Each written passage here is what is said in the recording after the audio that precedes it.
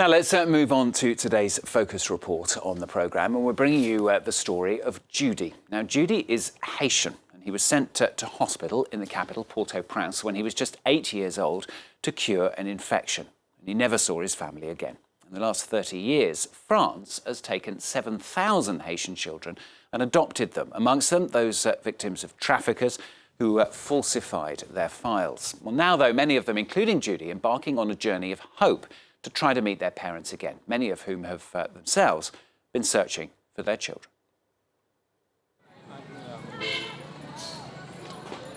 Like a stranger in his own land, yet he was born here in Haiti. One of his last memories of this country was at the gates of this Port-au-Prince hospital. Judy was only 8 years old. It's always special because this was the place where I saw my parents for the last time in my life. And after that, I went to an orphanage. Without any news from his relatives, the young boy was adopted by a family in the Netherlands. That was 34 years ago. I always look with a special view in my eyes if I recognize them, but it's of course not possible. And right now I'm doing the project for ADN, so this will give me and others more chance to find them.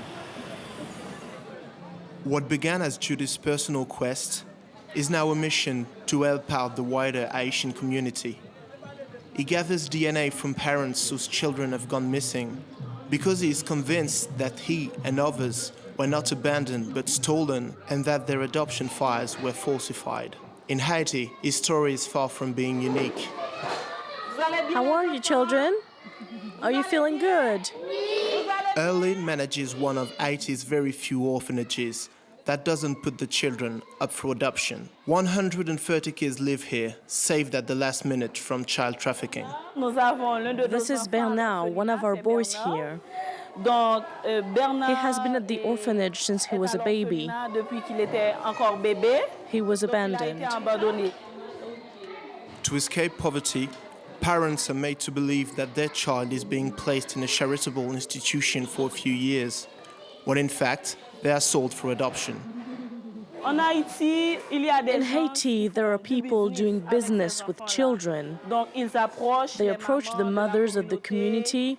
They tell them that if they accept to abandon their children, they will receive money and that they will be able to see their kids again, which is not the case.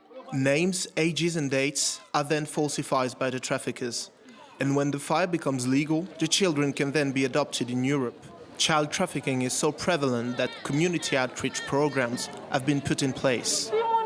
Your children are important for the future of the society. Don't let people traffic them. We can help you out by putting your children in school for free. A new day begins for Judy, filled with hopes and anticipation. For his round of tests, he's going to Haiti's southern region, where he believes he is from. The surrounding landscapes are helping bring back memories. I remember our daily life with my family, father, mother, 3 sisters and one little brother. This is a little bit coming home. It's familiar for me, you know, the mountains and the green environment. And the little houses on the edge of, you know, of the mountains. So, yeah. He is not going there by accident. In this village, Vallée Jacmel, 50 children were removed from their families in the 80s. Helped by local officials, Judy is gathering DNA from 10 or so parents who are looking for their child. Is it going to hurt? No. How did you lose your child? An organization came here with Sister Albert to meet me and my husband. She told us to give our child to her and that he would be given back to us when he would turn 18. The DNA profiles of each parent will then be listed in a database in Europe, where they will be compared to the ones of children searching for their parents. And maybe, in the end, a happy reunion. Maybe I know her, I don't know. Could be.